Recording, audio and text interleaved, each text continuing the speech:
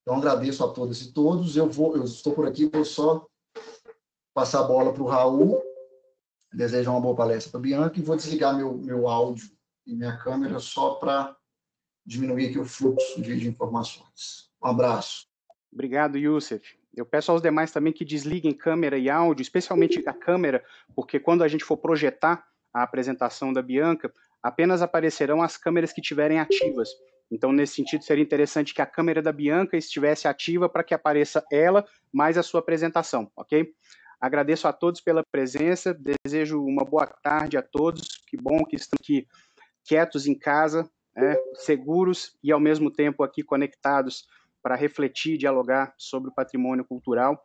É um prazer recebê-los aqui no primeiro colóquio Lugares e Patrimônios, do grupo de pesquisa Lugares e Patrimônios.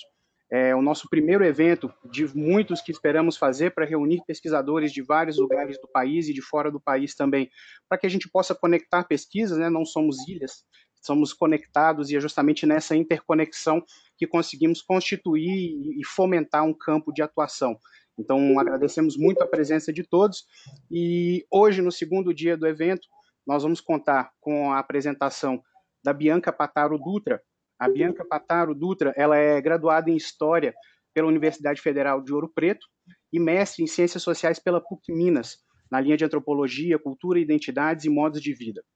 Ela tem experiência profissional e acadêmica com patrimônio cultural imaterial, tendo atuado como pesquisadora e coordenadora de registros e relatórios de bens imateriais para prefeituras de Minas Gerais, para projetos do IFAM, e trabalhado muito com a metodologia do INRC, em muitos desses projetos por IFAM, nos quais ela atuou ao longo dos anos. Atualmente ela atua como antropóloga na Fundação Renova, no desenvolvimento de ações voltadas para o inventário, diagnóstico e salvaguarda de bens imateriais impactados pelo rompimento da barragem do Fundão, em Mariana, e também na área do reassentamento dos atingidos pelo rompimento dessa barragem. Então, é um prazer contar com você, Bianca. Muito obrigado por ter aceito o convite e para enriquecer o nosso evento com a sua apresentação.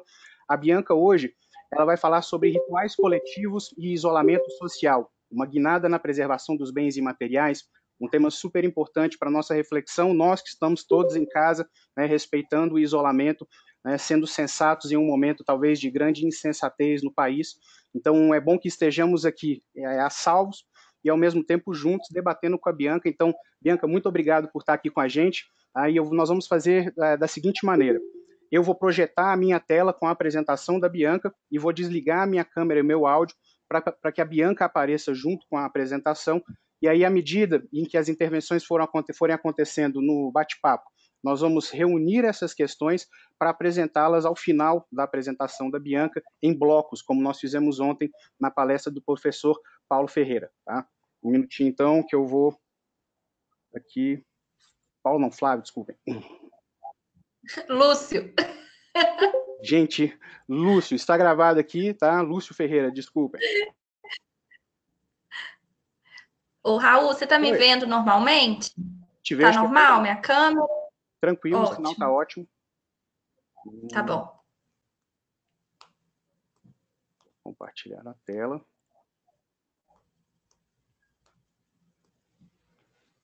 Essa não, essa aqui. Essa não, essa aqui. Né? Vamos lá, então. Eu vou desligar minha câmera, Bianca, e vou desligar o meu áudio também. Fica à vontade. Obrigado pela presença mais uma vez, ok? Ok. Ok. A gente ainda está vendo o seu WhatsApp.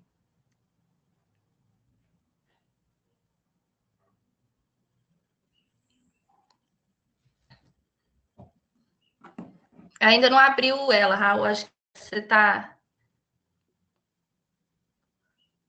Agora eu apareço com a câmera, não? Tá com a câmera, mas não tá a apresentação ainda. Tá, um minutinho aqui. Vamos, então, virar a apresentação.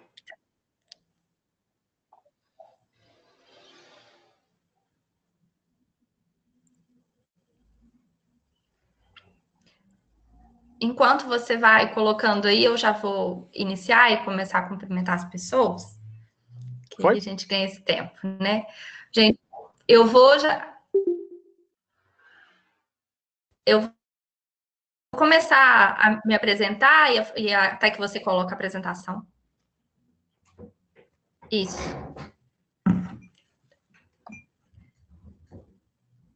Gente, boa tarde. É um prazer muito grande estar aqui. Eu agradeço muito ao Youssef pelo convite, ao Raul.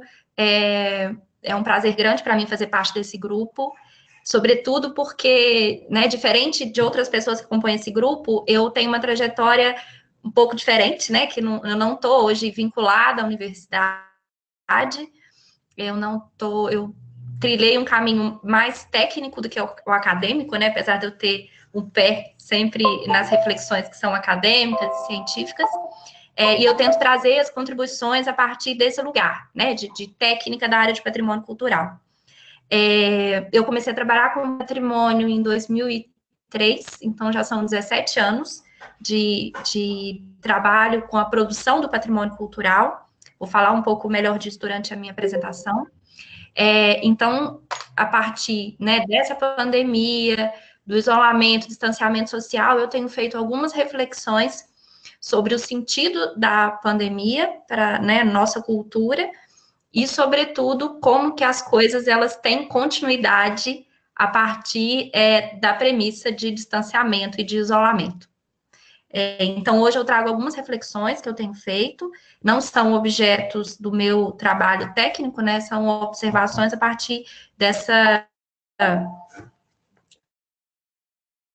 minha biografia aí na área de pesquisa sobre o patrimônio cultural. Eu escolhi como tema os rituais coletivos, justamente porque hoje a gente está vivendo um contexto em que novos rituais estão se consolidando, né? Outros rituais estão passando por um processo de modificação muito grande. Eu vi uma pessoa cumprimentando aqui no chat, dizendo que fez uma dissertação ou tese, eu não me lembro, sobre rituais funerários, né? Rituais fúnebres. Isso seria um dos rituais que eu poderia abordar aqui hoje, a partir dessa alteração toda causada pela pandemia. Eu optei por falar sobre festas e celebrações de outro gênero, tá? Mas eu acho que tem um diálogo bem interessante com esses outros rituais e a gente vai poder falar disso um pouco durante a apresentação. Eu e o Raul conversamos um pouco mais cedo e optamos por também, se tiver alguma pergunta que chegue, ele acha que convém fazer a intervenção, ele está livre para fazer isso, não precisa ser essa coisa tão sólida, né? A gente está aprendendo ainda a lidar com esse tipo de diálogo pelo meio digital. Como o Lúcio disse ontem, fica meio monólogo, né? Porque eu não estou vendo ninguém, eu só vejo as letras e a mim mesma. Então, parece que é falar olhando para o espelho, né? É um processo interessante. Bom, pode passar, Raul, por favor? Nessa fala de hoje, eu queria chamar a atenção para 3 aspectos que eu vou desenvolver durante a minha fala. E aí eu escolhi essa foto de propósito, né? Essa foto eu peguei no site da Unesco, é uma foto do Círio de Nazaré, né, que acontece em Belém, no Pará, anualmente. É a maior festa católica brasileira, segundo informações do próprio IPHAN. E eu escolhi porque ela nos apresenta ali uma imagem da aglomeração, né? Todo mundo segurando a corda, muita gente reunida, e ela sintetiza muito o que é esse ritual, né? É o encontro, o uso do espaço público, a ocupação do espaço público, a aglomeração, acima de tudo, né? E os pontos que eu quero tratar aqui hoje, o primeiro deles é o patrimônio imaterial e a coletividade. Quando a gente fala em imaterial, eu estou falando de algo que nos diz sentido de coletividade, que nos aponta, né, de onde viemos, levando em conta que é a perpetuação da nossa história e das nossas, né, de quem somos aí ao longo do tempo. No segundo momento, eu vou falar um pouco da pandemia, do isolamento e do patrimônio imaterial nesse contexto de pandemia e de isolamento. Por fim, eu vou falar um pouco de salvaguarda em contexto de isolamento e distanciamento social. E aí, sobre isso, eu vou abordar especialmente as medidas adotadas pelo IEFA, em Minas Gerais. O IEFA é o Instituto, né, do Patrimônio Histórico e Artístico de Minas. Então, eu vou partir de um contexto mais conceitual de patrimônio, imaterialidade, coletividade, até chegar nas dinâmicas relacionadas com a política, né, essa agenda política do patrimônio imaterial nesse contexto de isolamento. Então, ao trazer essa foto, é para a gente se colocar nesse lugar de reflexão do patrimônio imaterial, dos rituais coletivos e de aglomeração, né? Não existe patrimônio imaterial sozinho. Claro, eu posso fazer uma receita aqui em casa, reproduzi-la, exercitar um saber, enfim, mas isso, o patrimônio imaterial, ele está sempre direcionado ao outro, né? Pode passar, Raul, por favor. Quando a gente fala, então, em patrimônio imaterial, e foi nessa área que eu construí a minha carreira como historiadora e antropóloga, eu sempre estou dizendo sobre a origem nossa em termos coletivos, nossa origem coletiva, nossa origem como grupo, né? Ao me referir, então, a práticas e manifestações que identifica os grupos humanos e esses grupos humanos em suas relações. Não existe patrimônio imaterial sem falar em relação social, em relações comunitárias. O patrimônio imaterial, e aí que se expressa por meio das categorias que as políticas nos informam, né? Lugares, forma de expressão, enfim, acho que não cabe aqui nesse momento fazer essa distinção. A gente pode falar sobre isso depois melhor, mas acredito que todo mundo que está aqui conhece as categorias do patrimônio imaterial. Quando eu falo sobre elas, eu estou me referindo a uma determinada linguagem simbólica. E essa linguagem simbólica, ela diz de uma dimensão cosmológica, né, dessas práticas, dessas manifestações. E quando eu falo dessa dimensão cosmológica, eu estou falando sobre a origem, sobre o mundo, sobre o que aquele grupo compartilha em termos da sua cultura, dos seus valores. Esses rituais, então, que compõem, né, esse chamado patrimônio imaterial, eles são... E é na dramaturgia desses rituais que essa coletividade se perpetua, que ela se reproduz, que ela tem continuidade. Né? Seria dizer de um fundamento dessa vida comunitária. Por meio, então, dessas expressões de coletividade, a gente diz sobre aquilo que acreditamos, aquilo que somos, aquilo que queremos transmitir para os outros. Me referindo, então, a Françoise Chouat, né, no livro Alegoria do Patrimônio, ela fala lá, né, dos valores do patrimônio, e quando a gente se refere ao imaterial, estou falando mais especificamente desse valor que é cognitivo, um valor de memória, que vai configurar esse imaginário coletivo, que diz da representação do mundo, daquele grupo, onde aquela prática, aquela manifestação é reproduzida continuamente. Por isso que eu estou dizendo que o patrimônio imaterial, ele diz respeito a uma dimensão cosmológica do próprio grupo, né? Eu trouxe aqui um conceito da Unesco, que eu achei melhor, porque ele diz de uma dimensão global, né, dessa perspectiva, e não pegar o que está na legislação de Minas ou de outro estado, ou até mesmo federal. E esse conceito da Unesco, eu acho que ele evidencia muito isso, né? De que o patrimônio imaterial, ele tem a ver com a expressão de vida e de tradição das comunidades, dos grupos, dos indivíduos. Então, eu não posso me referir ao patrimônio imaterial sem falar do seu caráter coletivo, grupal. E eu queria muito ressaltar esse ponto, porque no momento em que a gente está falando de ficar em casa, de distanciamento, de isolamento, eu estou lidando aqui com patrimônio material, com o que é coletivo, grupal. Essa foto que eu trouxe, eu gosto muito de comentar as fotos que eu coloco, porque elas sempre têm um sentido, assim, para mim. Esse senhor se chama senhor Jair, ele é de uma comunidade que chama Ponte do Gama, município de Mariana. A comunidade dele, né, foi impactada pelo rompimento da barragem de Fundão. Essa foto foi posterior, numa visita que eu fiz a ele, e ele construiu esse terço aqui de madeira para uma celebração na comunidade dele. Ele poderia fazer esse terço e deixar guardado na casa dele, e não mostrar para ninguém, né? Mas ele só ganha sentido para o grupo a partir do momento que esse terço foi compartilhado, fez parte daquela festa. Ele não fez esse terço para falar da fé dele. Ele fez esse terço em madeira para falar da fé da comunidade. Né? Um exemplo que eu trouxe para dizer um pouco desse caráter coletivo. No entanto, a partir do momento que a gente seleciona expressões de vida, tradições, saberes de um grupo para se tornarem símbolos daquele grupo, e isso entra aí nessa agenda política do patrimônio, é institucionalizado como bem que representa, né, que marca a identidade daquele grupo, eu estou dizendo de um ordenamento da vida cultural, de uma regulação da cultura. Eu gosto muito de pensar o patrimônio imaterial do ponto de vista desse ordenamento, né, a partir de critérios que são arbitrários, uma agência do Estado seleciona o que vai representar ou não determinado grupo humano.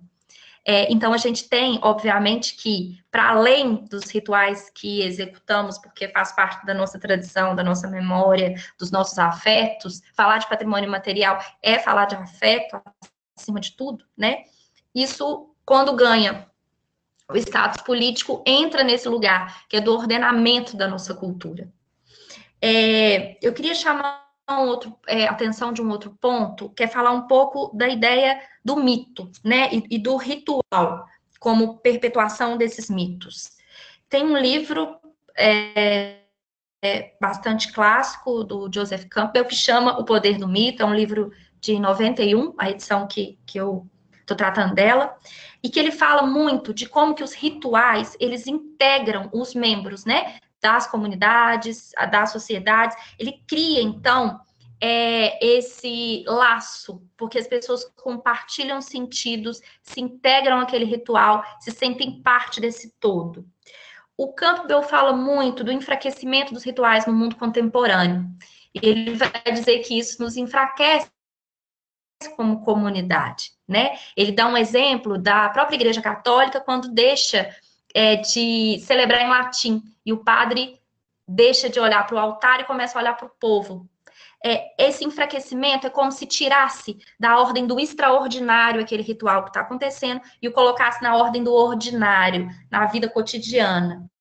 Se a função do ritual para o Campbell é nos levar para fora da nossa vida ordinária, hoje em dia nós temos os rituais fazendo parte da nossa vida mais ordinária. Eu estou aqui agora, dentro de um quarto, na casa da minha sogra, falando com vocês. Eu não precisei pegar um avião para ir num colóquio numa universidade. Eu estou aqui, dentro de casa, conversando com pessoas de vários lugares. Então, dentro do meu mundo ordinário, esse momento passou a fazer parte. Então, é como se perdesse aquela aura, né, de importância, de simbolismo que os rituais têm. Eu queria só deixar esse exemplo, porque isso vai fazer parte desse pensamento que eu pretendo discutir até o final, né? De como que hoje os rituais estão na nossa vida ordinária, não estão lá fora. A gente não tem que ir ali tomar banho, se arrumar, sair para poder ver determinada manifestação. Elas estão aqui na nossa frente, acontecendo no computador, dentro do quarto. Pode passar, por favor, Raul. E esse fazer parte da vida ordinária pode parecer assim interessante, porque eu não preciso, né, ir longe para ver determinada manifestação, eu vou clicar aqui, vou entrar e vou assisti-la, mas ao mesmo tempo perde um pouco do caráter do encontro, e não do encontro, porque aqui a gente está se encontrando virtualmente, todos os dias a gente se encontra virtualmente, mas tem um outro encontro, que é o do corpo, da performance, da sensação, né, o sentido, que é completamente inerente à ideia da imaterialidade do patrimônio, e que hoje ela está rompida por esse processo de distanciamento, né? Eu estava dizendo, então, dessa agenda política do patrimônio e de alguns aspectos normativos. A gente está num ano, né, que se comemora 20 anos do decreto 2551, que instituiu o registro dos bens imateriais, e aqui em Minas a gente completa 25 anos do ICMS cultural. O que é o ICMS cultural, né? Eu, o Raul, o Hugo, que vai estar com o Raul também na fala deles essa semana, nós nos constituímos como historiadores, antropólogos, enfim, trabalhando nessa política do ICMS cultural, que é a municipalização da preservação do patrimônio em Minas Gerais. E o ICMS é o ICMS mesmo, é um imposto, né? e o rateio desse imposto pelos municípios, os 853 municípios de Minas Gerais, tem como um dos seus critérios para essa distribuição de recurso o patrimônio cultural. Então, os municípios que cumprem aquela agenda que é colocada para eles, que possuem conselho de patrimônio, que executam políticas de salvaguarda de bens imateriais, de tombamento, que realizam investimentos financeiros no patrimônio, eles vão sendo pontuados e, a partir dessa pontuação, eles recebem uma cota, parte do ICMS que é arrecadado no Estado. Então, há 25 anos atrás, essa política teve início, e isso mudou, sobretudo, assim, a forma como a gente lida com o patrimônio em Minas Gerais. Então, as manifestações culturais, tanto as materiais quanto as imateriais, elas ganharam mais popularidade nos municípios, porque é o próprio município que executa, que realiza todos os anos, né? O IPAC, que é o Inventário do Patrimônio, que manda as fichas para o IEFA, que tem que divulgar o seu patrimônio. Então, o patrimônio cultural ele ficou mais próximo das pessoas a partir dessa municipalização. Essa imagem que eu trouxe é de uma cavalhada, já que a gente está falando aí com a Universidade de Goiás, eu lembrei da cavalhada de Pirinópolis, lá na Festa do Divino, e essa cavalhada acontece em Brumal, que é um distrito de um município que se chama Santa Bárbara, que fica próximo a Mariana, ali na região central de Minas. E aí é um bordado que o pessoal da comunidade fez. A cavalhada, ela foi registrada pelo município de Santa Bárbara como patrimônio dentro dessa política do ICMS cultural. E assim como todas as outras manifestações que desde março foram interrompidas por conta do isolamento, a cavalhada também foi. Ela não vai acontecer esse ano, ou vai acontecer virtualmente. A gente vai falar sobre isso, pensar qual que é o limite do mundo digital para as manifestações imateriais. Como que se processa uma cavalhada no mundo digital? É passar um filme sobre ela? Porque a gente perde, como eu disse, aquela questão do encontro, da troca do corpo, do corpo presente em alguma manifestação. Quando a gente fala, portanto, de pandemia, de isolamento, de patrimônio imaterial, a pandemia de coronavírus não é a primeira pandemia da nossa história humana, tivemos várias ao longo dos séculos. Mais próximo a gente, talvez a gripe espanhola, no início do século XX, tenha provocado esse distanciamento como vivemos hoje. Eu vou colocar aqui no chat um link, eu vou ser autorreferente, citar um texto meu mesmo, um artigo que saiu no Nexo esses dias, onde eu discuti um pouco do sentido social da pandemia de Covid-19. E a pandemia, por si, ela já causa um colapso na organização social.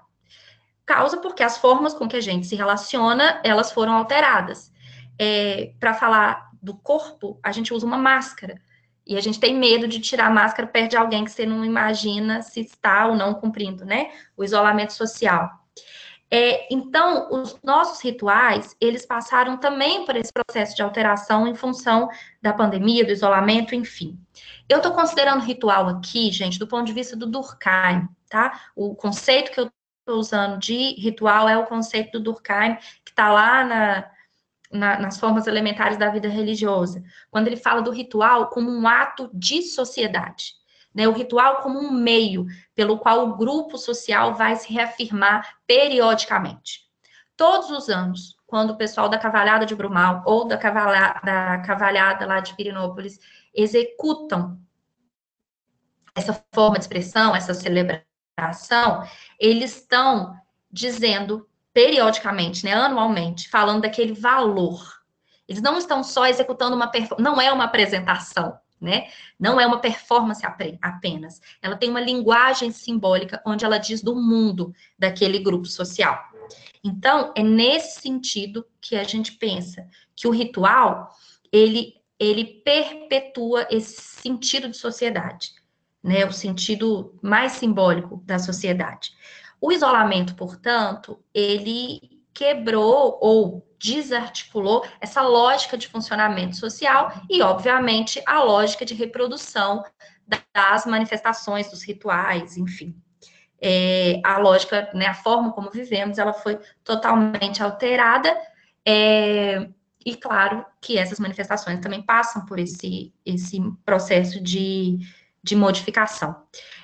A Marisa Peirano tem um texto que chama, um livro, né, O Dito e o Feito, onde ela discute um pouco essa questão dos rituais como atos de sociedade. Ela fala de vários autores que discutem os rituais.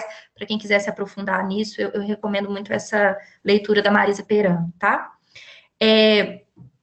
Num processo de isolamento, então, o que a gente continua praticando? O que continuamos executando? E em que condições continuamos executando?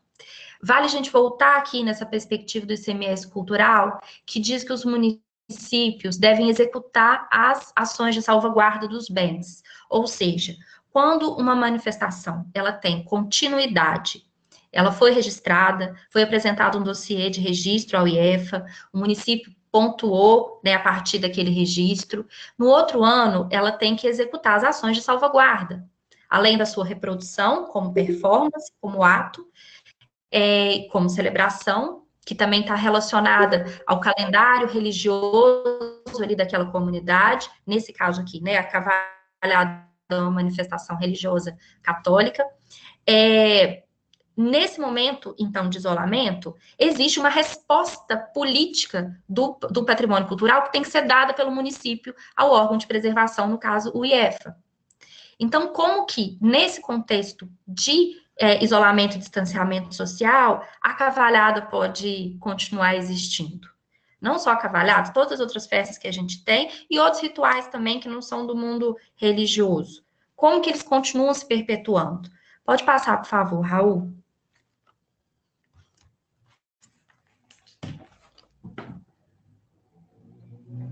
Bianca, Eu trouxe... Oi? posso aproveitar que você deu uma pausa para respiração e só para pedir um favor para quem estiver assistindo. Além de silenciar o microfone e a câmera, eu preciso que as pessoas coloquem os seus nomes para identificar, porque tem gente com nome de usuário, cliente, e assim eu não consigo registrar a presença. E tem algumas pessoas que são homônimas de outras que eu escrevi pedindo aí para colocar o sobrenome, para o pessoal ficar de olho no chat, por favor. Obrigado, desculpa a interrupção. Foi bom que eu tomei água. Obrigada.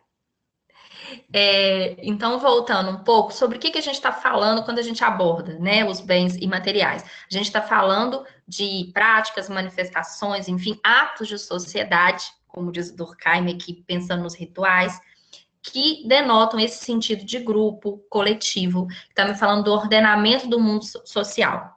E esses bens, a partir do momento que eles estão dentro da política de patrimônio, foram selecionados como bens que representam institucionalmente aquele grupo social, eles estão, então, regulados, foram categorizados, lugares, formas de expressão, celebração, saberes, enfim, ofícios, foram regulados e categorizados dentro, né, dessas definições aí que a legislação nos traz, e eles têm que responder, portanto, a essa política. É interessante porque imagino eu, que antes de existir política de patrimônio, as coisas só aconteciam, né? E elas eram importantes pela sua tradição, pelos vínculos, pelos afetos que essas manifestações geram nesse grupo. A partir do momento que elas se enquadram, estão enquadradas dentro da política de patrimônio cultural, como eu falei, esse município ou esse executante, detentor daquela manifestação, tem que dar uma resposta social da ocorrência ou não dessa prática, desse ritual. E nesse momento de isolamento, tem me chamado muito a atenção as alternativas que têm sido criadas para que se tenha essa resposta nessa agenda política do patrimônio. Então, eu trouxe aqui alguns exemplos. Esse é uma postagem do Conselho de Patrimônio Cultural do município de Santa Bárbara, que é uma cidade onde eu trabalho há 10 anos. Então, há 10 anos eu acompanho 6 manifestações imateriais dessa comunidade. Então, nessa postagem aqui, né, eles estão anunciando e dizendo que vai ter os vídeos, não vai acontecer determinadas manifestações, porque o distanciamento social não permite, né, e cumprindo isso, e o município tendo um decreto de que é para para as pessoas se manterem isoladas quando possível, como que essas manifestações vão seguir? Então, o conselho, ele dá uma informação para a comunidade, pode passar, Raul, por favor, dizendo, né, que não vai ser possível, que as coisas não vão acontecer, mas que podem assistir os vídeos que vão ser veiculados pelo grupo, pelo conselho. Novamente, aqui nessa outra postagem tem um álbum de fotos, as fotos das manifestações, aqui tem a Cavalhada, a Semana Santa, as bandeirinhas ali embaixo são do Santo Antônio, que apesar do município chamar Santa Bárbara, o padroeiro é Santo Antônio. E a festa junina lá, ela é muito importante para a cidade. Pode passar, por favor?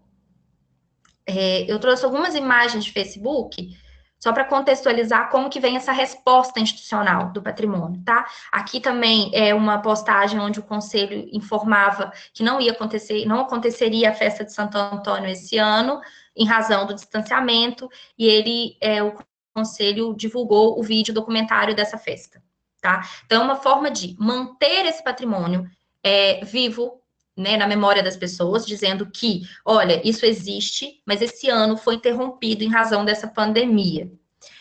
Eu acho interessante a gente falar isso, porque em anos anteriores, ou em momentos anteriores que as manifestações não ocorriam, ou ocorriam de outra maneira, que não a da sua origem, daquilo que a gente caracteriza e diz que é autêntico, normalmente tende-se a dizer, olha, essa manifestação ela foi descaracterizada, ela não aconteceu esse ano, ou ela aconteceu sobre um outro formato, ou as pessoas usaram uma roupa diferente, ou estão usando instrumentos eletrônicos ao invés das caixas, né, mais tradicionais, enfim. Então, assim, uma coisa que eu gostaria muito de dizer, e eu sempre gosto de falar sobre isso, nós que trabalhamos com patrimônio material, não vamos usar a palavra descaracterização nunca mais, né? A cultura, no seu dinamismo, na sua fluidez, ela admite transformações. E ela tem que admitir. Porque senão a gente vai engessar uma dimensão da nossa vida que é completamente dinâmica, né? A cultura, ela incorpora transformações. E o que a gente tem visto hoje no âmbito do patrimônio material é justamente a incorporação de uma transformação. Se a festa, se o ritual, se a celebração não pode ser executada, porque precisamos manter distância social para que o distanciamento social, para que essa epidemia ela tenha um fim em algum momento, isso deve ser mencionado no âmbito da história daquela própria manifestação. A manifestação passou por isso e ela não vai acontecer. Só que, ao mesmo tempo, o que a gente percebe é que, do ponto de vista da legislação, quando tem um órgão que regula a salvaguarda daquele bem, a gente precisa enquadrar aquilo dentro de alguma lógica. E em Minas Gerais isso fica um pouco mais complexo, porque o município ele pontua para receber um recurso financeiro a partir da salvaguarda daquele bem. E o que mais me chamou a atenção, visualizando essas postagens e vendo como a solução tem sido dada pelos conselhos de patrimônio, seja vinculando os vídeos ou né, divulgando fotos ou entrevistas com mestres, detentores, enfim, é como que em momento nenhum a gente simplesmente não assume que as coisas não vão acontecer. Não vai acontecer, esse ano não vai ter, isso não vai ter, e não tem problema nenhum em não ter, né? Como que a gente quer tanto que esse mundo perpetue e continue, e aí, para além da questão política, tá? Tô falando aqui de uma questão simbólica, da continuidade de nós mesmos, como grupo, a gente precisa se agarrar a isso. Então, as coisas precisam ter alguma ocorrência e continuidade, ainda que não possa ser presencial. Pode passar, por favor, Raul. Então, eu trouxe também algumas imagens de festas acontecendo no formato virtual. Aqui é uma festa também de Santo Antônio, numa paróquia que é da Boa Viagem, numa cidade que se chama Itabirito, é onde a minha família mora, onde minha mãe mora. É uma paróquia muito antiga, ela é do século XVIII. Santo Antônio, né, um santo aqui em Minas, celebrado desde a colônia, desde o século XVII, XVIII. Então, ela não teve uma interrupção. Aqui tem o link do YouTube, onde se celebraria, onde estavam celebrando todas as noites a novena de Santo Antônio. Então, a pessoa da casa dela, no seu cotidiano, no seu mundo mais ordinário, participa desse ritual por meio de um dispositivo digital, por meio de uma videoconferência, de uma live, de uma missa no YouTube. As manifestações católicas e até mesmo evangélicas, né, muitas, já contam com o uso dos meios digitais, da televisão há muito tempo. Então, missa pela televisão não é novidade para ninguém. Assim como cultos evangélicos não são novidades para ninguém. Eu só ainda não vi, e eu ainda estou procurando, pesquisei, e ainda não achei rituais de outras religiões, por exemplo, Umbanda, Candomblé, enfim, em meios digitais. Quem tiver visto e souber, eu peço que me mandem, porque eu estou muito curiosa em relação a isso, porque tem uma questão do corpo e da presença que eu não sei como é que isso se resolve virtualmente, né? De toda forma, se a gente tem rituais que nos unem, que nos conectam como grupo, e que, além de simbolicamente nos representar, eles também estão inseridos dentro de uma política que os normatiza, né, que diz da sua necessidade de execução para que aquele município participe da política do ICMS cultural, a gente não tem mais, para participar desses rituais, de sair da nossa casa. Então, se o ritual ele estava lá fora e proporcionava o encontro, proporcionava, em determinados casos, a festa, a troca, esse senso de coletividade, até corpóreo, material, né? Hoje, a gente participa deles, talvez vestido de camisola, roupão, ou com a mesma roupa que passou o dia inteiro. Então, a gente tem uma perda, aquele cara tem uma perda, aquele cara que o Bel falou e que eu disse no início, desse extraordinário do ritual. Então, aqui eu tenho dois elementos. Eu tenho o extraordinário do ritual, que deixa de acontecer, e eu trago esse ritual para dentro da minha vida ordinária, e ao mesmo tempo eu tenho uma necessidade de que ele aconteça, do ponto de vista da agenda patrimonial, porque ele acontecendo significa que o município continua apoiando, e executando e promovendo o seu patrimônio cultural. Eu queria só saber se até aqui está claro, porque eu tendo a ser confusa às vezes, falando demais. Raul, me dá um feedback para saber se eu posso seguir desse jeito, se está ok. Tá ótimo, Bianca. Tá muito bom. Só estou lutando com a máquina aqui para tentar projetar a sua câmera, porque a sua câmera não aparece para os demais usuários. Então, de repente, a gente poderia tentar você projetar. Eu tô pequenininha ali. Posso. Que aí você projeta. Você quer sair? Eu entro aqui? Eu vou interromper aqui a apresentação. Agora todos te veem. Tá, aí o que eu tenho que fazer? Eu tenho que vir aqui compartilhar, né? Isso, eu vou até te colocar aqui como apresentadora. Você tem que me tornar um apresentador. Você já é apresentadora.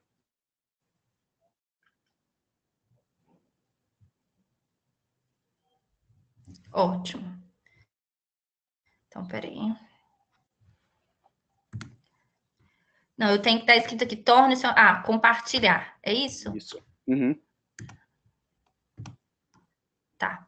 Aí eu vou vir aqui pegar minha apresentação.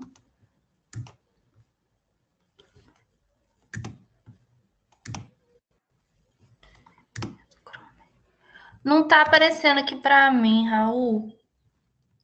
Para apresentar? A minha apresentação tá aberta aqui, mas me falo. Apareceu para vocês? Não, não apareceu. Quando você coloca aqui. Você tá vendo? Não.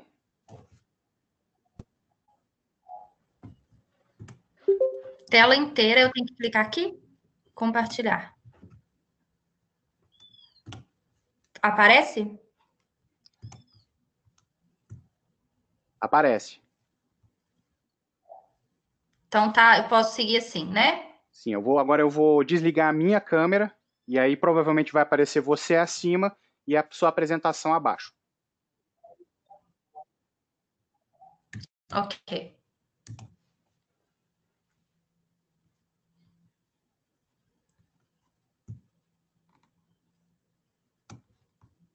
Alguém estava dizendo que estava normal, que estava aparecendo tudo.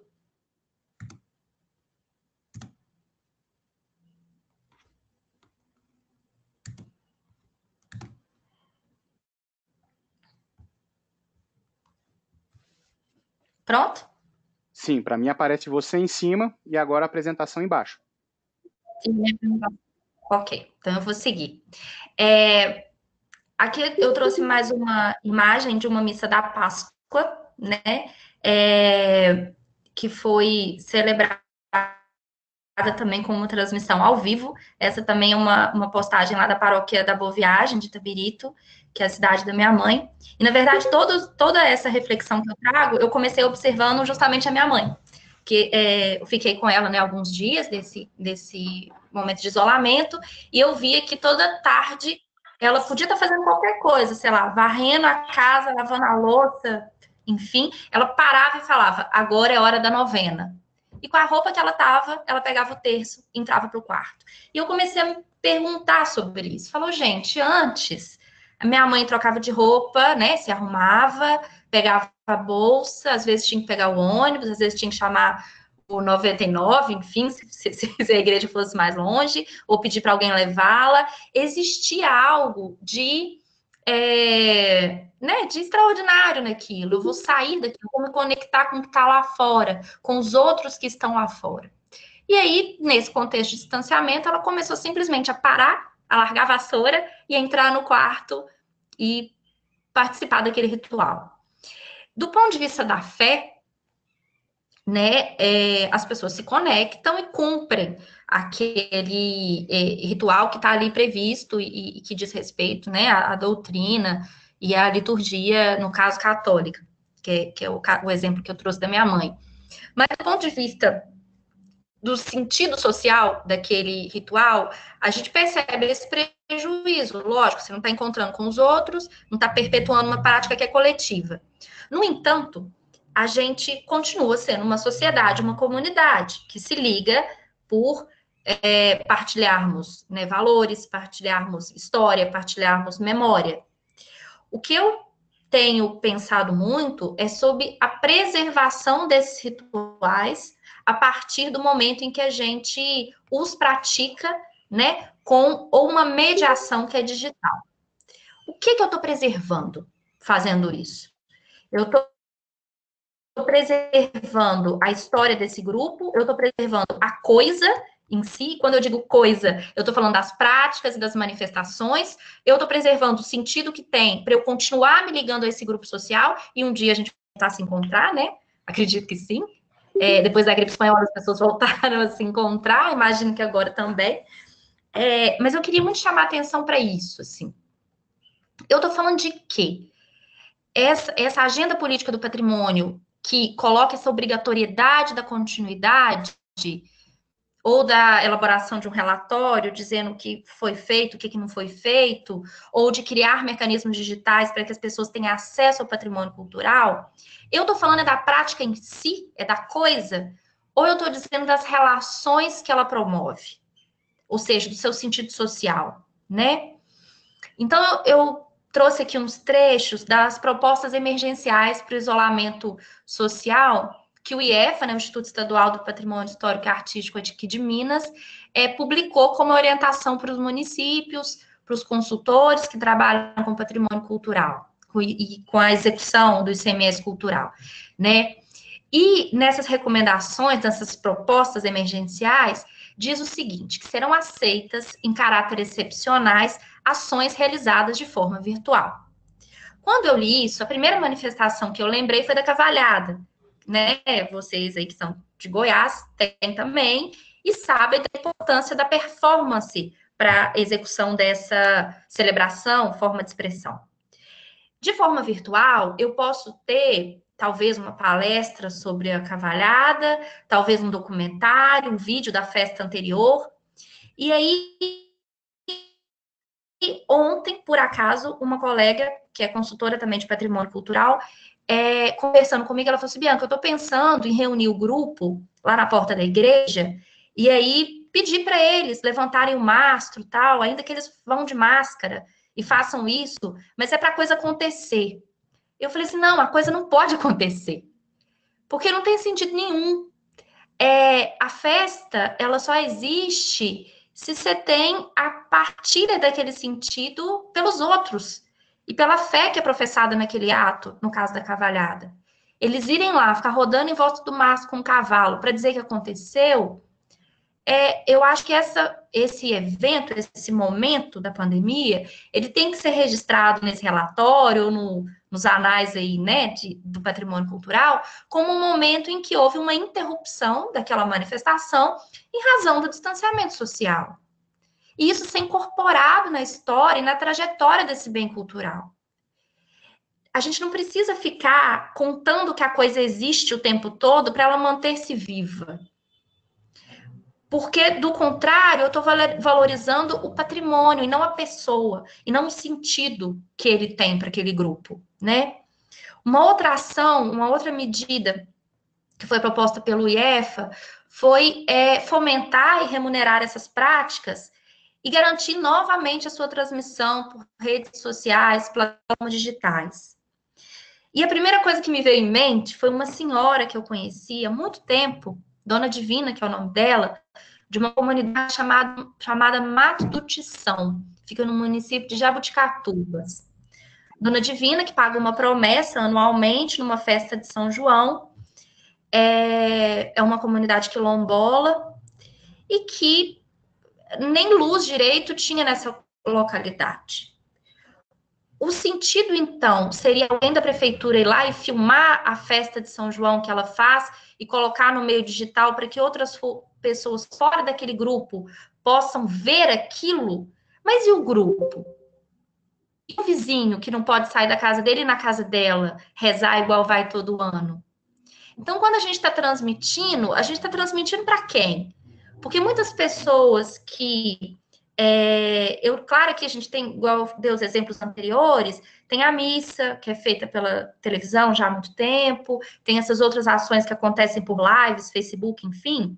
Para quem tem internet, para quem tem energia elétrica, ok. Mas quando eu coloco isso como uma atividade para o município exercer, para o patrimônio cultural ter continuidade, será que a política de patrimônio está levando em conta aquele grupo que está diretamente envolvido com aquela manifestação e que não vai, talvez, nem ver aquilo acontecer, e que não faz sentido nenhum acontecer virtualmente? Isso são questões mesmo para a gente debater, tá? São provocações. Então, quando a gente pensa na salvaguarda em contexto de isolamento, o meu foco está na prática, nos bens, na performance, ou ele está nas relações que esse patrimônio cultural provoca?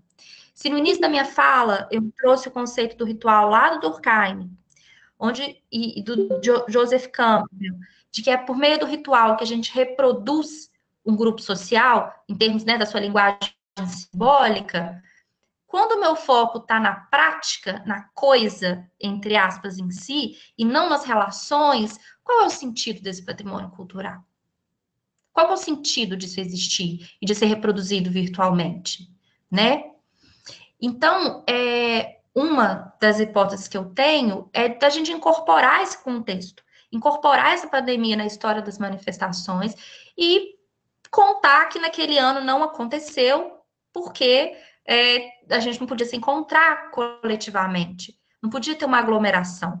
Eu acho muito provável que esse ano a gente tenha um Círio de Nazaré em outubro, né? Acredito que até lá a gente ainda vai estar mantendo aí esse contexto de distanciamento.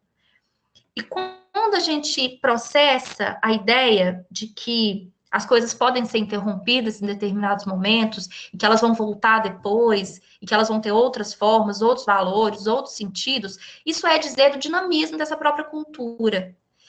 E de que a manifestação cultural, e de que a prática, o bem imaterial, ele faz parte dessa dinâmica social. Então, ok, a transmissão virtual faz parte disso, é uma forma como naquele ano aquilo aconteceu. Mas desde que isso tenha uma democracia do patrimônio também.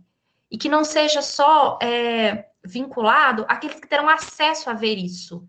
Porque aí a gente coloca quase que, novamente, sabe, eu fico lembrando daqueles livros de folclore.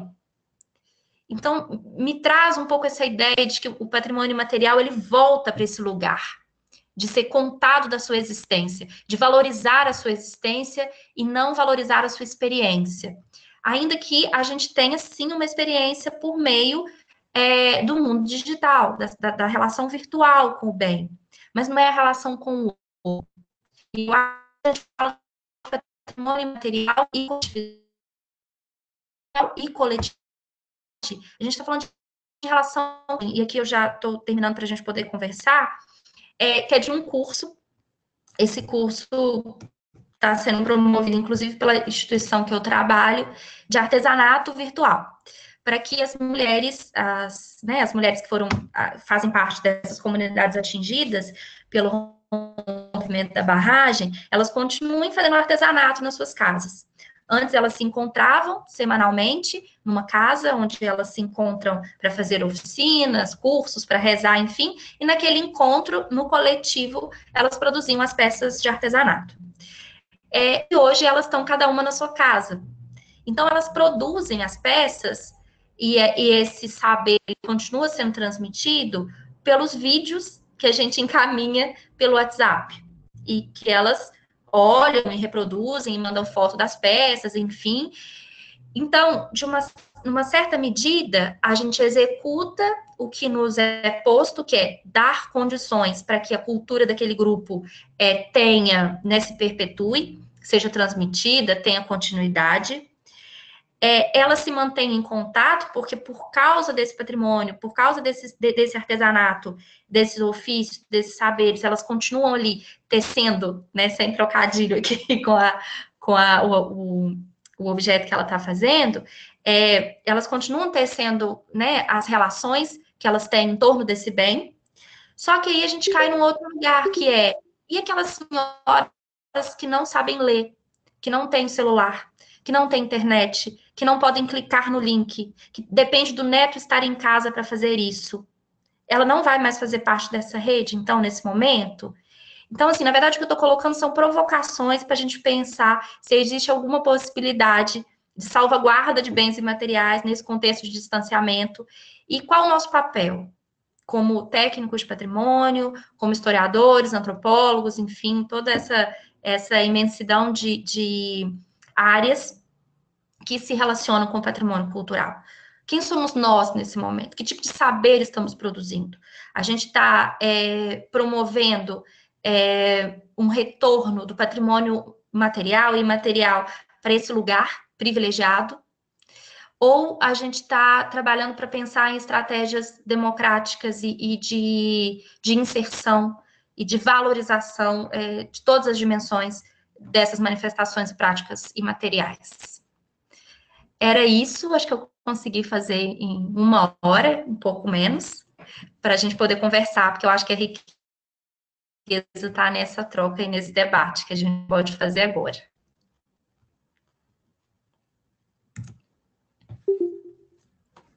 Boa tarde a quem não recebeu ainda meu boa tarde.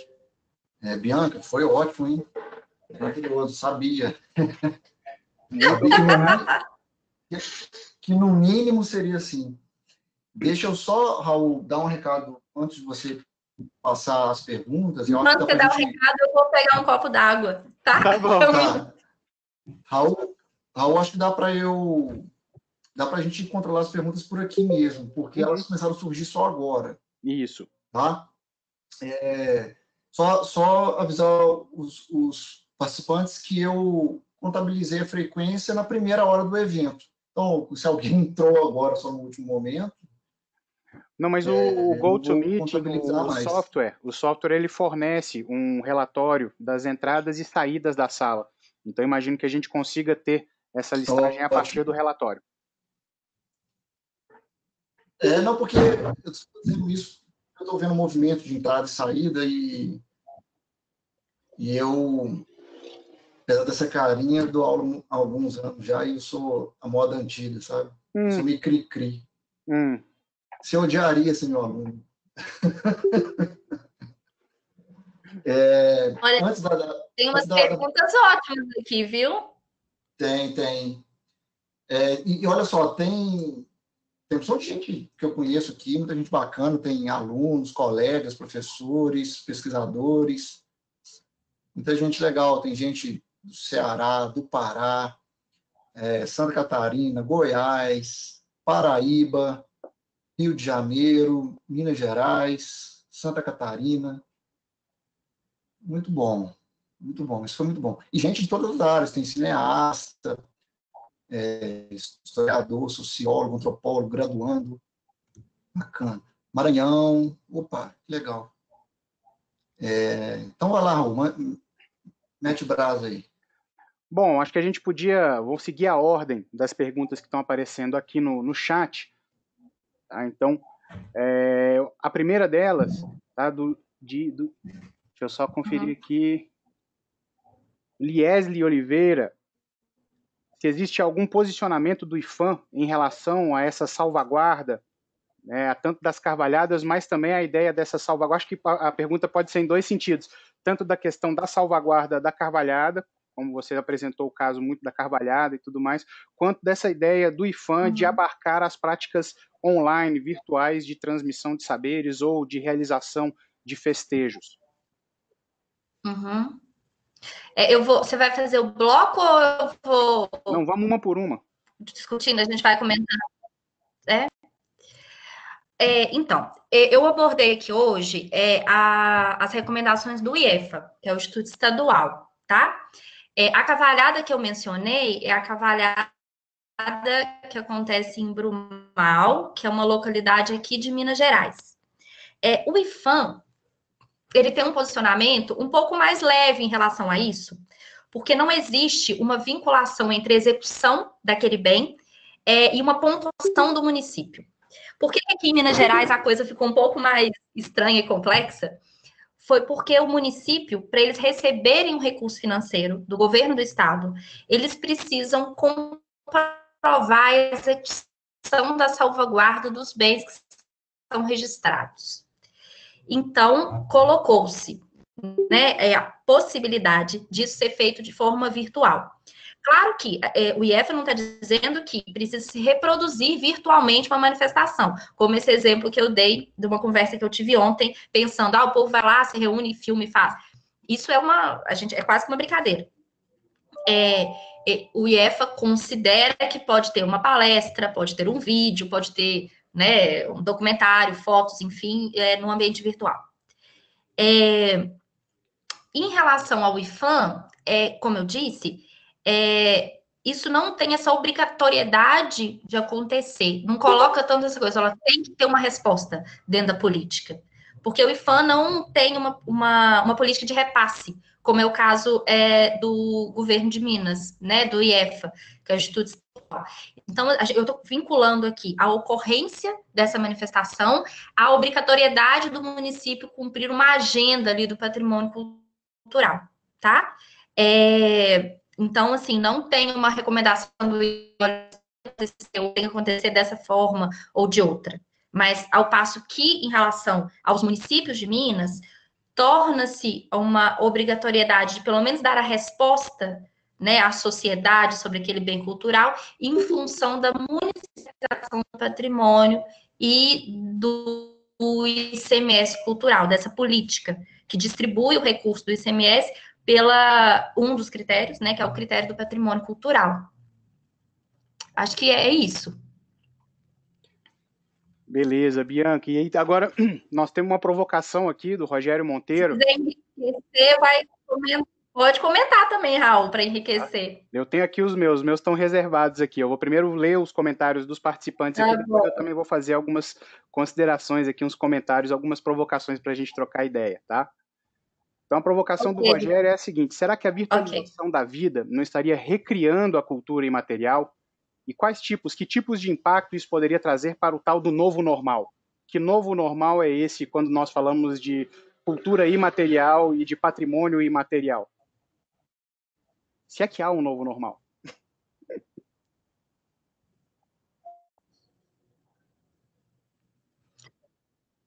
Picou para mim, Raul? Você pode repetir? Vou repetir. A provocação é a seguinte: será que uma virtualização da vida não estaria recriando Oi? a cultura imaterial? Tá. Né? E que tipos de impactos isso poderia trazer para o tal do novo normal? Olha, eu acho que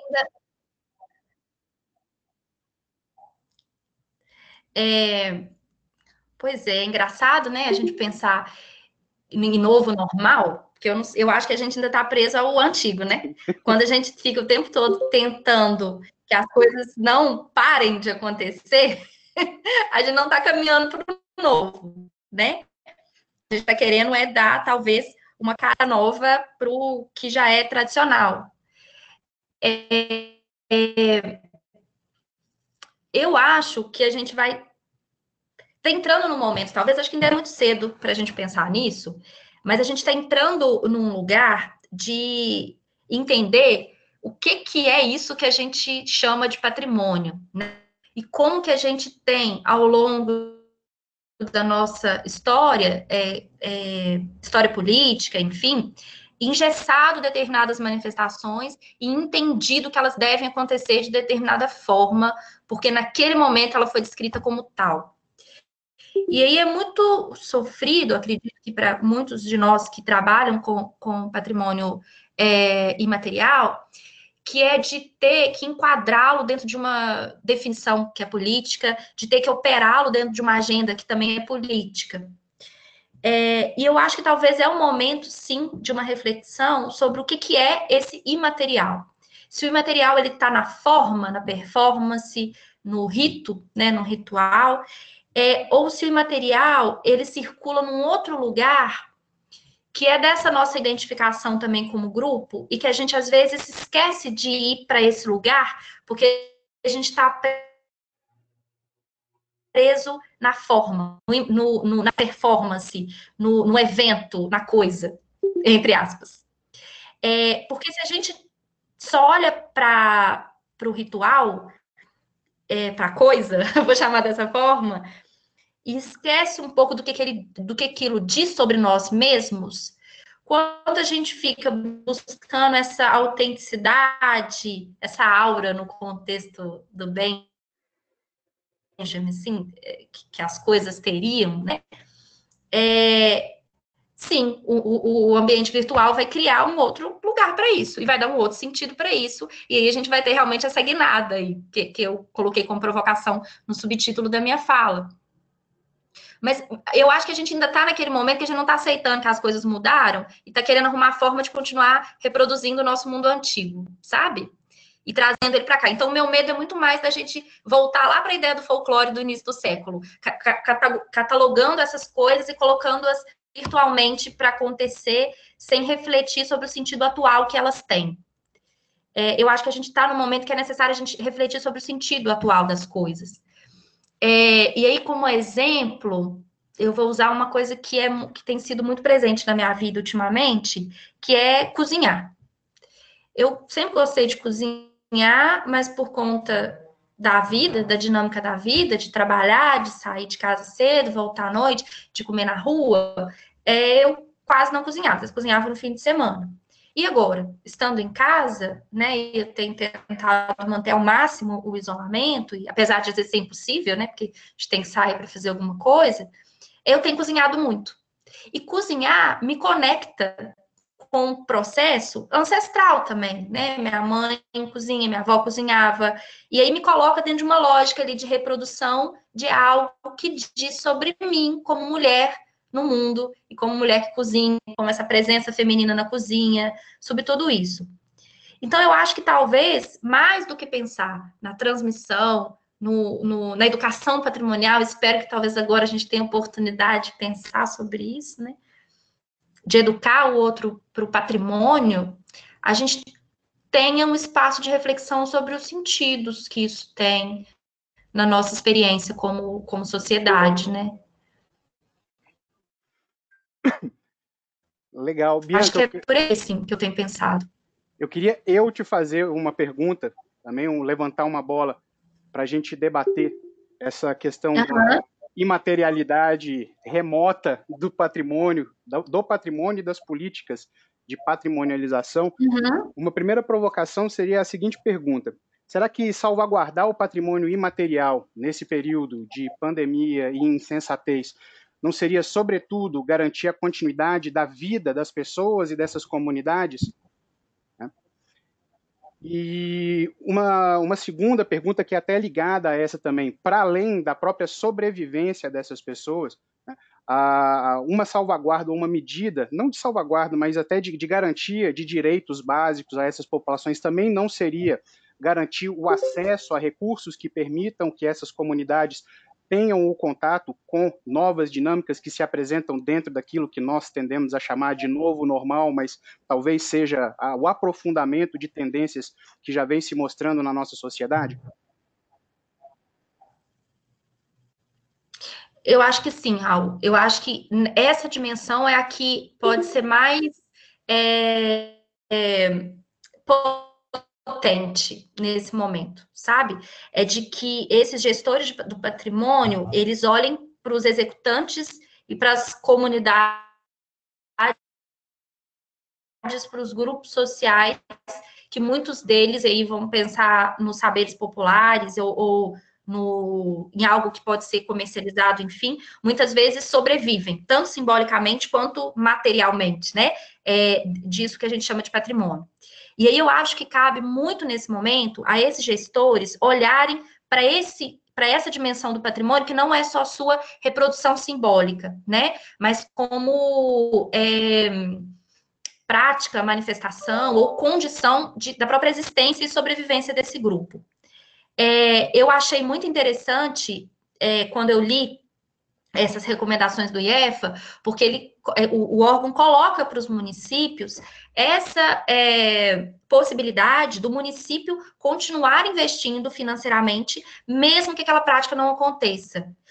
Eu acho que a gente tem que olhar, e aí, aqui em Minas, né, e o Raul foi até meu colega já no trabalho com manifestações Congo, Jongo, no Espírito Santo, aqui em Minas, os Congados.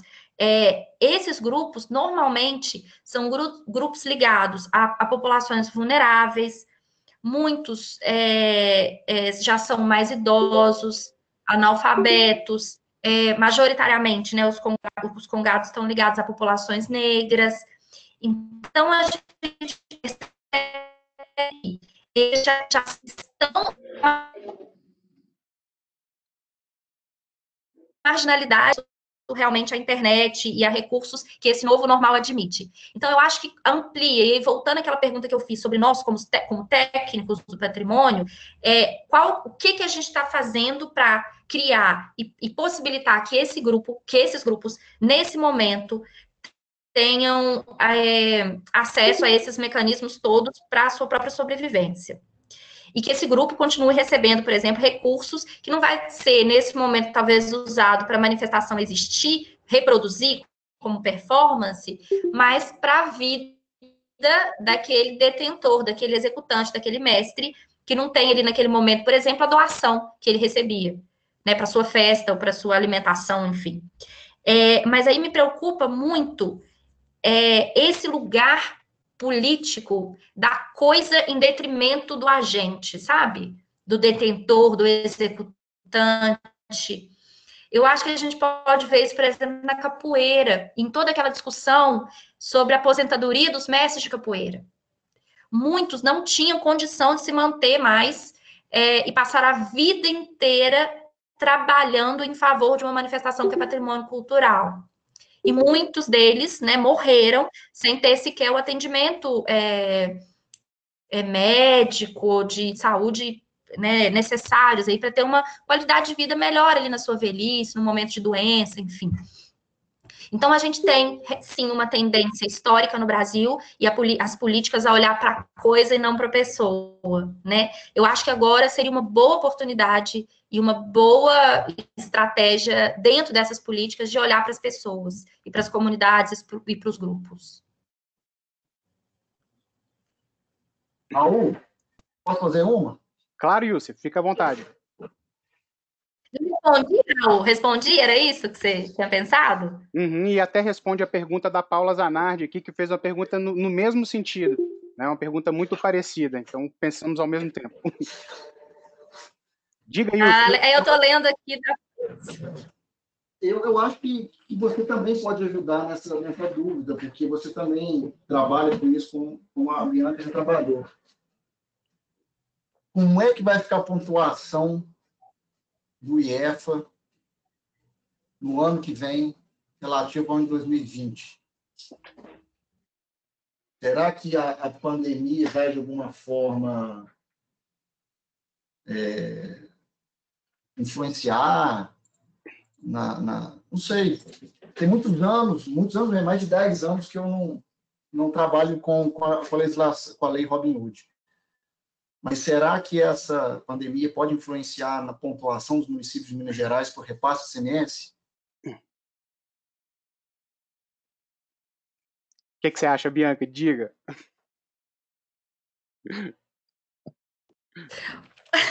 Então, olha, financeiramente a coisa já vinha capengando, como a gente fala aqui em Minas, há um bom tempo, né? Por quê? Se antes, lá em 1996, ali no início da lei, a gente tinha poucos municípios participando do rateio, hoje a gente tem, ontem eu vi a tabela, estão lá os 853 municípios participando do rateio. Uns, sei lá, meio ponto, 0,1, enfim. Então, a gente tem muito município para uma arrecadação de ICMS cada vez mais baixa. E esse ano, né, com a crise decorrente da pandemia, é uma arrecadação muito menor. Então, eu acho que ano que vem não vai ter muito dinheiro para ser distribuído, não, tá? Na verdade, o ano que vem, eles vão receber o que pontuou esse ano referente ao ano passado. Então, tem um delay aí, né? Eu não sei como que vão ser esses repasses, quer dizer, a gente tem que pensar em 2021, né, 21, 22, porque a documentação do que está sendo feito esse ano só é analisada até o meio do ano que vem, para receber em 2022. Então, a gente fez...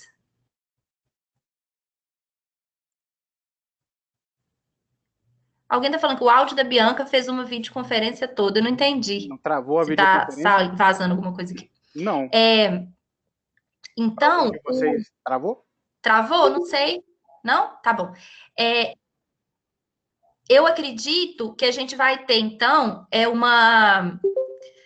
talvez a gente vai ter que passar por uma mudança nessa perspectiva de repasse relacionada a patrimônio cultural, até mesmo porque eu acho que nos próximos 2 anos a arrecadação do Estado vai representar muito pouco para os municípios em termos do esforço que tem que ser feito para cumprir, né, os critérios e as determinações do patrimônio da lei, né, do ICMS cultural.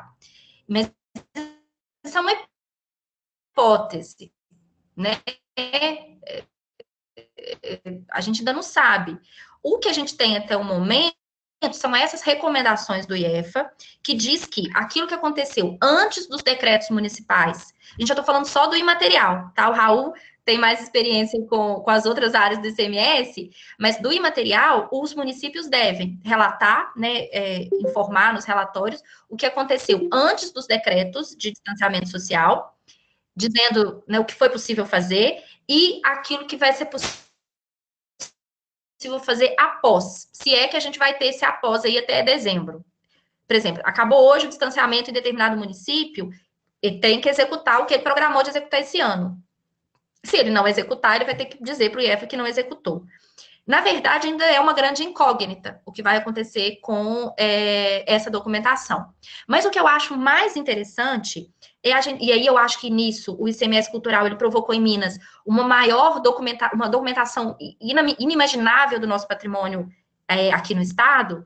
A biblioteca do IEFA é imensa. Agora a gente já manda coisas digitais porque não cabe mais papel lá dentro. Então, assim, ter relatado, né, nesses relatórios, nessa documentação, ter informado lá esse momento na trajetória histórica daquela manifestação cultural. E o que aconteceu? O que aconteceu com o detentor? O que aconteceu com aquele grupo nesse momento? Se ele teve ou não condição de que aquilo fosse, ainda que divulgado virtualmente. Eu acho que é muito interessante a gente incorporar isso que está acontecendo na trajetória histórica desse bem e dessa política de patrimônio, né? Eu acho que é isso, assim, por enquanto, né? Complementando a resposta da Bianca, eu acho que é possível também pensar, Youssef, que alguns dos quadros, né, da política do patrimônio do ICMS, patrimônio cultural, eles já vêm passando por um processo de adoção de um regime remoto. Então, os chamados quadros 1, são os quadros voltados para os investimentos, a gestão do patrimônio, do Fundo Municipal de Patrimônio e dos conselhos, da política municipal, a ação do setor municipal de patrimônio. Esses quadros já estão sendo cada vez mais informatizados para que as próprias prefeituras enviem esses documentos por meio de um link, de um FTP, que é disponibilizado pelo IEFA. Então, já existe um movimento do IEFA para facilitar esse envio da documentação e acredito que em casos em que os setores de patrimônio, de cultura, educação, lazer e cultura das prefeituras têm já uma experiência acumulada na política municipal de patrimônio, acredito que essa pontuação consiga ser minimamente mantida, porque alguns dos critérios vão ser estabelecidos muito dentro da reflexão que a Bianca fez de se privilegiar a continuidade da política, mas ainda pensando de outra forma na continuidade das pessoas que realizam essas práticas. Por isso mesmo, então, se prevê a remuneração pelos conselhos municipais de patrimônio, pelas secretarias de patrimônio dessas comunidades que realizam as práticas, os bens, as práticas e celebrações, os bens imateriais. Por outro lado, né, no caso dos bens materiais, do patrimônio edificado, o que acontece é que muitas dessas prefeituras elas vão poder fazer os laudos já mais próximo do final do ano, ou seja, mais próximo da entrega da documentação final, dando ainda algum tempo para que a pandemia mostre, né, a sua dinâmica e esperamos todos que passe para que as equipes técnicas possam ir a campo para elaborar esses laudos. Então, em termos de capacidade, de tempo hábil para fazer esses trabalhos, ainda há a previsão de que seja possível, em algumas dessas ações voltadas para bens materiais, a realização de trabalhos técnicos de campo. No caso do imaterial e da educação patrimonial, é que se mostrou um desafio maior, porque se no caso do imaterial tem a questão da sustentabilidade das comunidades e depois das formas de transmissão para outros públicos dessas práticas, no caso da educação patrimonial há o desafio da integração da rede estadual e das redes municipais ao regime remoto, que tem sido um grande problema aqui em Minas Gerais. Então, essa necessidade mais ampla da própria política educacional de adaptação a essa nova realidade, pelo menos momentânea, do remoto, faz com que também as ações de educação patrimonial tenham que ou se readequar ou, em alguns casos, não seja possível que elas sejam realizadas. Então, acredito que haja um impacto maior também nas ações de educação patrimonial.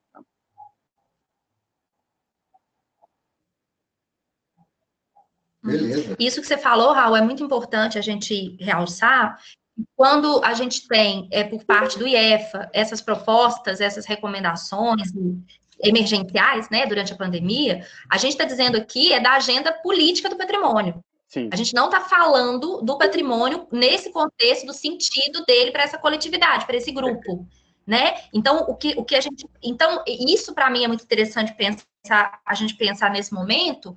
Quando eu falo de patrimônio, eu estou falando de quê? Eu estou falando da política, eu estou falando da prática, do ritual, como um ato aí de perpetuar uma sociedade. Porque, assim, né, a gente confunde uma coisa e aí a gente joga fora o menino com a água da bacia. E não é isso que a gente tem que fazer, né? Não é jogar fora o patrimônio junto com a política.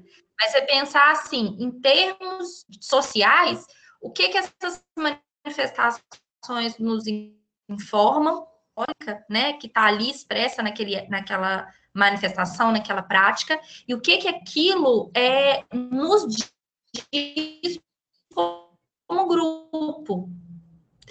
Porque se a gente se prende à política, às estratégias dela, eu acho que a gente minimiza a potência, né, dessas práticas e manifestações e rituais, enfim.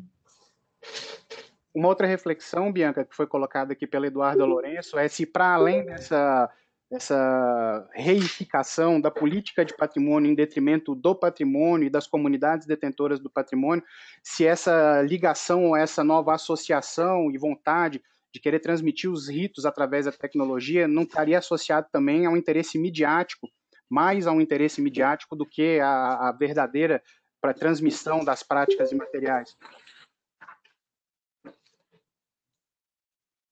Pois é, eu fico, porque assim, quando a gente, por isso que eu lembrei dessa coisa do folclore toda lá, e na antropologia a gente sempre faz uma meia-culpa, né, com a questão folclórica, quase que pedindo desculpa por termos tratado a cultura desse jeito. Eu fico com receio de não ser só midiático, sabe, mas de ser meio que enciclopédico. Como era, né, esse tratamento dado lá pelos folcloristas no final do XIX, início ali até meados do século XX, né? A gente tem isso. Então, às vezes, eu tenho um pouco desse receio da gente perder o foco nas relações que essas manifestações promovem, provocam do ponto de vista social, cultural e simbólico, e se apegar a ela do ponto de vista da sua afirmação da sua existência e memória e história. E eu acho que, assim, se acabar, né, as coisas, elas acabam. O mundo, ele já deu voltas e voltas e muita coisa se perdeu. E talvez, nesse tempo agora, as coisas, algumas deixem de existir e outras nasçam. Eu acho que a humanidade passou por isso muitas vezes, né? E a gente está vendo isso passar. Então, de alguma forma, ver isso acontecer tem também essa questão meio do fetiche, né? Do tempo de ver as mudanças ocorrendo. E a gente padece disso também, né? De falar assim, nossa, eu sou um privilegiado por estar vivendo o advento da internet, por estar vivendo essa revolução tecnológica. E aí, como que eu enquadro aquele mundo dentro desse novo, assim? E aí, de ficar uma coisa meio contando como era, sabe? Eu não gostaria de ver só contar como era, não. Eu acho que a gente tentar achar algum sentido de ainda ser, né? De ainda existir. E claro que, gente, a gente tem que olhar e pensar o seguinte, que tem gente ainda fazendo essas coisas. Mesmo que não no mundo virtual, mesmo que não esteja aqui no mundo não esteja no mundo virtual, né? Eu dei o meu exemplo da cozinha, tem as pessoas que estão lá executando seus saberes e transmitindo ali dentro da sua casa essas coisas, sem o mundo digital, sem o mundo virtual, né? Porque as famílias, elas estão juntas, muita gente está junto com o seu núcleo, está junto ali com a sua vizinhança, né? A gente não tem todo mundo vivendo isolado, assim, as pessoas continuam se comunicando e trocando. Então, eu acho assim que a gente tem que ter um pouco desse olhar para o sentido que aquilo tem dentro daquele grupo, como que eles estão criando formas daquilo continuar sendo reproduzido para além da política, né? Para que não fique só uma afirmação de que ele existe. Eu acho que isso já cria um gancho para o questionamento que tá aqui dentro da minha cabeça. Assim. Então, como fazer para que essa retórica e essa prática do patrimônio ela abandone essa redoma da própria política e se volte para a promoção de direitos básicos da população, que são de acesso à informação, saúde, educação, como buscar essas estratégias de fazer com que a visão patrimonial extrapole a esfera das políticas e se volte efetivamente para a esfera das práticas e das comunidades. Ó, buzinaram aqui. Nossa, essa pergunta é muito boa, né? Essa pergunta é muito boa, porque ela não tem resposta.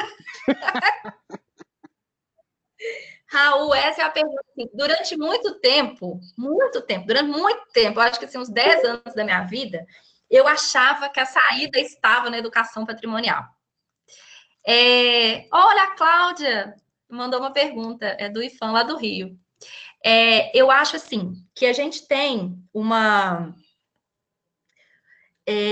eu achava, até que eu li uma vez um texto do Mário Chagas, ele falando que é um museólogo, e ele fala assim, não, que a sociedade que precisa de educação patrimonial, ele está com um problema na educação.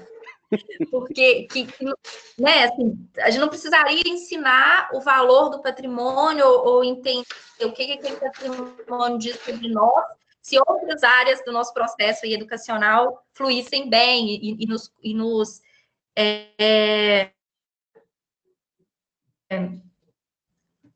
não que nos tornasse, mas nos proporcionasse sermos sujeitos mais participativos socialmente, integrados socialmente com isso. Eu acho que a gente está num momento em que todas essas questões sociais elas estão colocadas de uma forma muito como é que eu uso a palavra sem de uma forma muito urgente e emergente para a gente, né? A gente tem uma emergência de nos enxergarmos como grupo, de entendermos o que nos faz grupo, ao mesmo tempo que a gente tem um contexto político que coloca em xeque tudo que a gente construiu também como grupo, em termos de cultura, de populações mais vulneráveis, de minorias, de manifestações culturais, até da nossa própria história, né? Isso fica muito evidente quando a gente vê a fala do presidente da Fundação Palmares. Então, se nesse momento a gente está olhando para a nossa própria história e tentando dar um outro sentido para ela, e aí vem com isso essa pandemia que também, né, nos afasta desse contexto social e daquelas situações que podiam transformar isso em algo que potencializasse o acesso. Eu acho que a gente está numa encruzilhada assim, muito grande. E talvez, nesse momento, é a política que vai nos salvar, Raul. Sabe? É o fortalecimento de algumas instituições. Eu nunca achei que eu fosse dizer isso. Nunca. Porque eu sempre achei que o problema estava na política. Sempre. Do mesmo jeito que eu achei que a solução estava na educação patrimonial durante muito tempo, depois eu vi que não estava, porque para cumprir a política, a educação patrimonial não cumpria talvez o seu fim, né? Mas agora, quando eu olho para o que a gente está vivendo, eu fico pensando assim, e aí eu estou lembrando de um texto lá da ciência política, que o autor, que eu nem lembro quem era, acho que era o Schumpeter, que falava que a gente precisa de instituições vigorosas e para poder ter um Estado, né, que cumpra o seu papel democrático. Eu acho que agora, mais do que nunca, é a política que pode, talvez, nos salvar, sabe? É esquisito para mim dar essa resposta, mas é o que eu tenho pensado ultimamente. Mas eu acho que concordo que diante desse contexto que a gente vive atualmente, a gente vive e sofre atualmente, de fato, o fortalecimento das instituições para que elas possam ser as promotoras desse respiro na visão do patrimônio, eu acho que é uma pauta muito urgente e que se apresentou nos últimos anos. Talvez algum tempo atrás isso não estivesse na nossa esfera do pensável, porque as instituições não estavam em ataque, né, e agora elas estão em ataque e a gente vê a importância delas, né? Aí eu queria colocar primeiro aqui a pergunta da Cláudia. Cláudia Baeta. Então, assim, se a gente tem... Continue, vai lá. Não, eu estava lendo a pergunta da Cláudia aqui agora mesmo. A pergunta dela é: será que as políticas de preservação e salvaguarda têm canais efetivos para que os detentores e grupos mais próximos aos bens e manifestações reconhecidos como patrimônio revisem, modifiquem e atualizem as ações de preservação e salvaguarda nos contextos de riscos extraordinários e rotineiros às suas referências?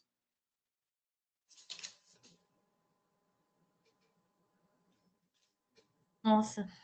É a questão dos canais efetivos. Pois é, eu não sei se eu acho que a gente eu acho que a gente vamos pensar até agora no que a gente tem.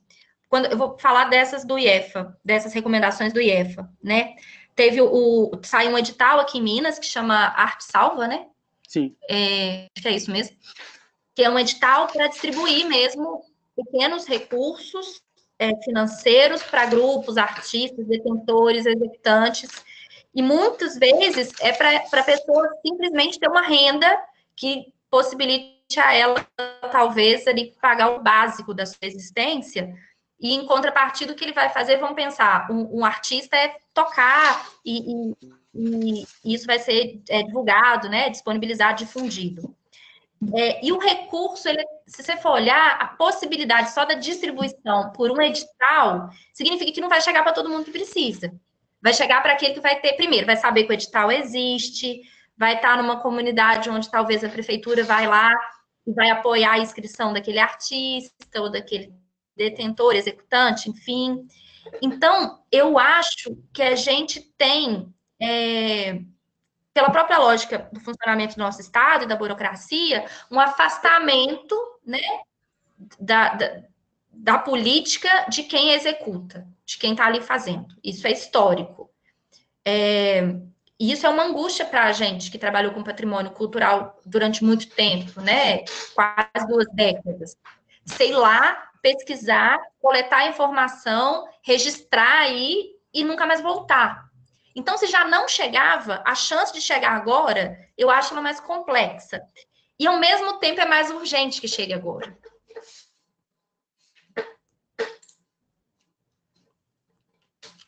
Eu fico pensando muito isso, sabe?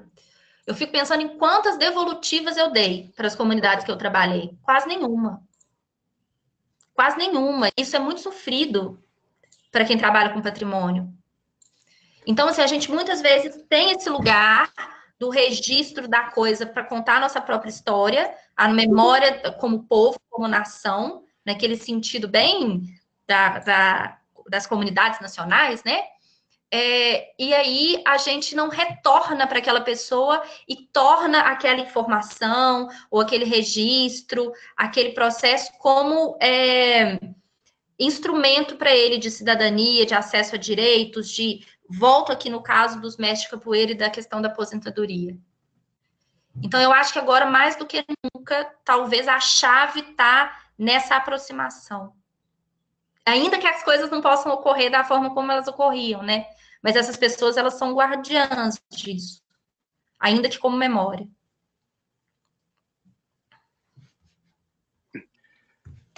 Legal, Bianca. E eu acho que uma pergunta também que eu gostaria de fazer para você é que você apresentou uma experiência relacionada a uma comunidade que foi atingida, uma comunidade atingida pelo rompimento da barragem do Fundão em 2015. Então, eu queria que você falasse um pouco a respeito também desse contexto da pandemia, no contexto de comunidades atingidas pelo rompimento da barragem, que eu acho que, inclusive, são uns Sim. temas que estão bem acesos.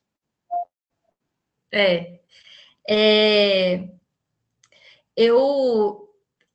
interessante essa pergunta, e quando o Youssef me mandou o convite, inicialmente eu falei, acho que eu vou aproveitar para falar um pouco de como que desterritorializadas comunidades ainda continuam executando, né, suas práticas, rituais e manifestações. Depois eu pensei assim, não, eu vou partir para algo que seja um pouco mais genérico para abrir a possibilidade de outros debates também. Então, por já trabalhar com comunidades que estão em isolamento, porque se eu for considerar principalmente 2, Bento Rodrigues e Paracatu de Baixo, eles estão deslocados de sua área de origem desde 2015. Eu chamo de área de origem, gente, o núcleo que foi, né, impactado e destruído ali pelo rejeito da barragem da Samarco, chamada de barragem de Fundão, né? Quando essas comunidades recebem aquela lama toda, elas são desterritorializadas. Elas saem dali, vão para Mariana, vivem em Mariana, as pessoas, e eles já vivem um isolamento. Primeiro, o isolamento de estar fora do seu território. Então, eles estão em outro território. Território material, que eu estou dizendo. E eles estão, então, deslocados e isolados, porque eles estão num grupo social que não é o grupo originário deles, né? Apesar das pessoas se encontrarem, enfim, elas ficam mais cada uma nas suas casas mesmo. E as manifestações, as práticas, elas continuam tendo um mediador, que somos nós, né? A fundação para qual eu trabalho. A fundação, ela tem uma obrigação legal de disponibilizar os meios para que aconteçam essas práticas. Então, eu já lido com comunidades que realizam suas práticas culturais com um mediador. Alguém que vai possibilitar, e é um direito dessas comunidades, né, de manter a sua vida cultural, isso é um direito, está entre os direitos humanos o direito à cultura, o direito cultural. Então, eles têm, na restituição das suas perdas, né, eles têm que cumprir a gente tem que cumprir disponibilizar esses meios, Então, essas comunidades, elas já estão aguardando há 5 anos pelos reassentamentos, realizando as suas práticas num contexto de deslocamento compulsório, tendo que ter um mediador para poder possibilitar que isso aconteça, e agora eles passam por esse outro baque, que é a pandemia. Então, eles estão isolados dentro do isolamento que eles já vivem. Isso tem sido muito difícil, muito cruel para nós, né, que trabalhamos com as pessoas, porque, por exemplo, aquele exemplo que eu dei do vídeo de artesanato é uma das formas que a gente encontrou de manter as pessoas em contato por meio da prática de um saber que é o artesanato, porque a gente já vinha trabalhando com um grupo de mulheres e, de repente, a gente não pode mais encontrar com elas. Então, pelo WhatsApp, a gente tem tentado que elas continuem. E aí, às vezes, a gente recebe outro dia eu recebi um áudio de uma senhora dizendo: ainda bem que está chegando esse vídeo, e ainda bem que eu estou fazendo isso, porque aí ela mantém a troca com a amiga que também está fazendo, né? Mas isso para as pessoas que têm celular, internet, que hoje é a maioria, mas a gente ainda tem senhoras que não são letradas e que têm dificuldade em acessar os meios digitais, né? De maneira geral, o relacionamento com comunidades modificou muito, né? A gente tem feito até umas videoconferências, mas eu não posso te dizer que é a melhor forma, quer dizer, a forma que a gente encontrou para continuar o trabalho, mas ela não é acessível para todo mundo. A zona rural de Mariana não tem internet, e aí as pessoas estão realmente isoladas dentro de um deslocamento, e isso é muito difícil de lidar, né? Se eles só se encontravam, às vezes, quando tinha alguma prática, uma celebração, por exemplo, religiosa, ou uma festa junina, ou uma festa na escola, é quando esse grupo se reunia. Agora, esse grupo não se reúne porque não tem nem mais isso.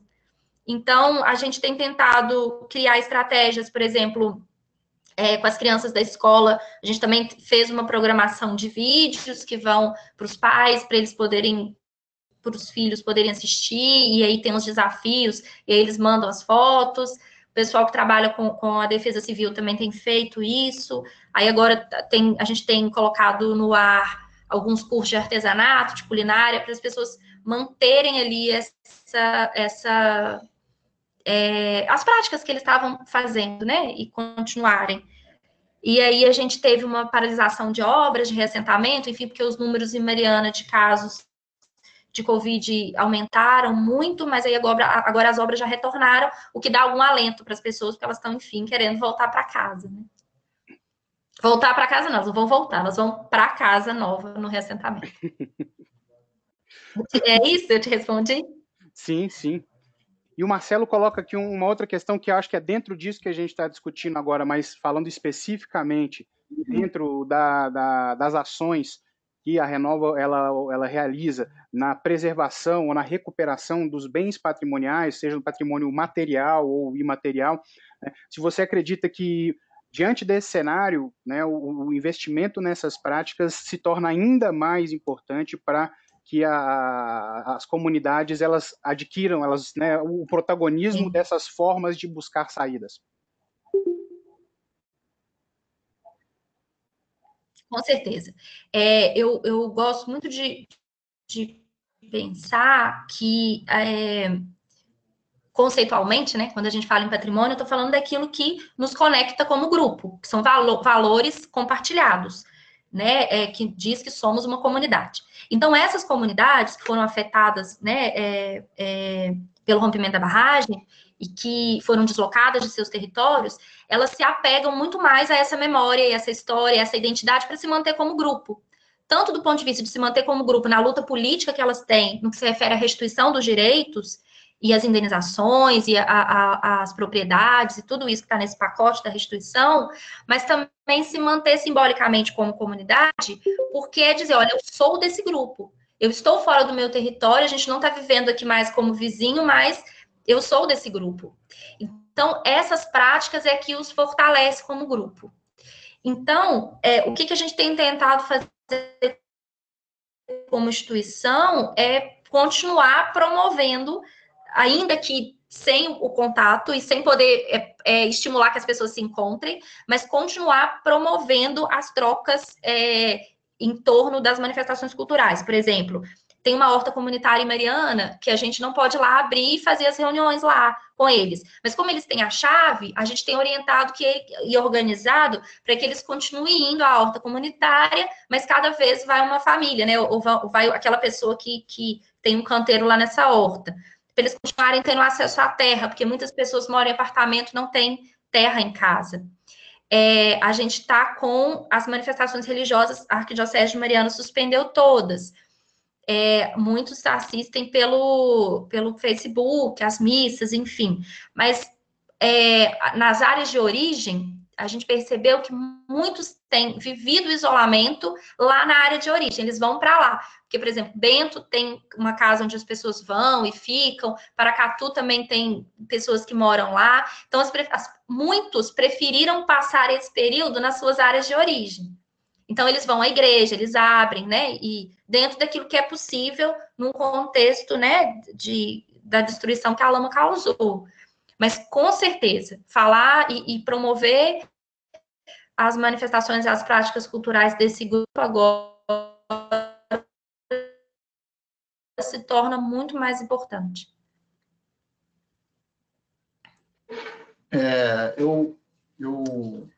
Mais alguma pergunta? Eu queria poder encerrar com um comentário feito pela Camila Beatriz. E antes de ler o comentário dela, eu quero agradecê-la. Eu não tive essa oportunidade de agradecê-la, porque houve desencontros, inclusive, senhora Camila Beatriz. Eu estava na sua formatura e a senhora não compareceu à sua colação de grau, hein? Eita! Fui lá para te dar um beijo.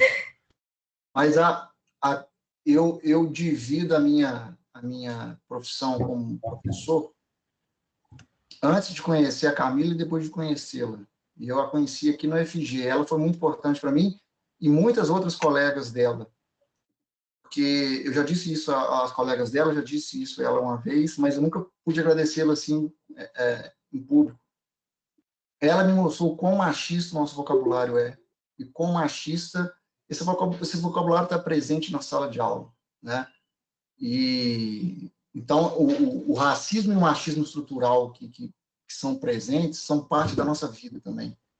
A gente tem que se olhar e se analisar e perceber o quão racista e machista nós somos. E principalmente as minhas alunas do curso de museologia da UFG me ajudaram e me ajudam muito nisso, porque é um processo. A gente não deixa de ser machista e racista de um dia para o outro, né? Então, Camila, fica aqui no agradecimento. E o comentário dela é bem a cara dela, provocadora. Para além da educação básica e patrimonial deficiente, o problema do país não é educação, é desigualdade. As dificuldades socioeconômicas, precarismo, o capital cultural e as experiências do cidadão a partir da necessidade de sobrevivência. Eu acho que o comentário dela é muito pertinente e muito ilustra, bom comentário. Ilustra muito bem. A Camila, eu não sei se ela continua, mas ela caiu de amores por Belo Horizonte, sabe? Vocês dois que são de Belo Horizonte. E ela é apaixonada por Belo Horizonte. Não sei se continua, mas sumia do mapa, sabia que ela estava em Belo Horizonte. Então, eu acho que a gente pode encerrar pelo adiantar da hora. Você quer encerrar, falar alguma coisa, Bianca? Não, eu quero agradecer muito, assim, eu não consegui fazer muita anotação, porque a gente falo e penso, mas ainda bem que está gravando, porque tem muita coisa aqui que eu quero, né, organizar, assim, num texto do que a gente discutiu. Eu acho que hoje, nesse contexto que a gente vive, mais do que nunca, o nosso papel, né, ele se amplifica em termos de sentido, porque para a gente tentar falar para fora, sabe? Porque a gente, às vezes, como na academia, né, a gente fala muito para a gente mesmo. A gente fala para os nossos pares, a gente fala para as pessoas que concordam com a gente. E eu acho que nesse contexto que a gente, tanto político, quanto da epidemia, dos efeitos sociais que essa epidemia trouxe, a pandemia trouxe, como, né, agentes do patrimônio cultural, eu acho que a gente tem que tentar falar para fora também, sabe? Para as pessoas que estão ao nosso redor e que não são da nossa área, e de apontar a importância que a memória, a cultura, a história tem para nós no sentido de emancipação do ser humano, né? A gente tem vivido nessa pandemia tem sido exacerbadas as desigualdades, as diferenças, os conflitos, tudo isso está ficando muito evidente. Assim, tem nós aqui, privilegiados, que podemos estar em casa, participando de um momento deste de reflexão, e tem todo mundo angustiado porque, né, perdeu sua renda, não sabe como que vai se alimentar, e alimentar os filhos, e viver, enfim. Então, eu acho que é importante, nesse momento, a gente pensar qual o lugar da cultura na sociedade, qual é o lugar do patrimônio, e como que a gente pode agir para que tudo isso tenha um efeito, uma efetividade social, e não só uma efetividade política, né? Eu tenho buscado pensar na efetividade social do patrimônio cultural e não só na política. E agradecer muito pelo convite. Antes de eu passar para você, Raul, me permita que a Camila está dizendo que a referência é o Mesaros. Só para você ver a pegada marxista dessa moça aqui.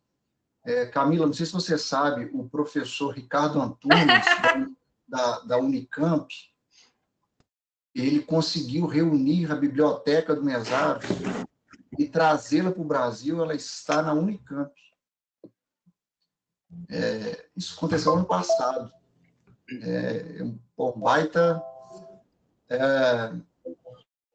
Uma baita balbúrdia que o professor Ricardo Antunes resolveu fazer. Raul, você quer encerrar?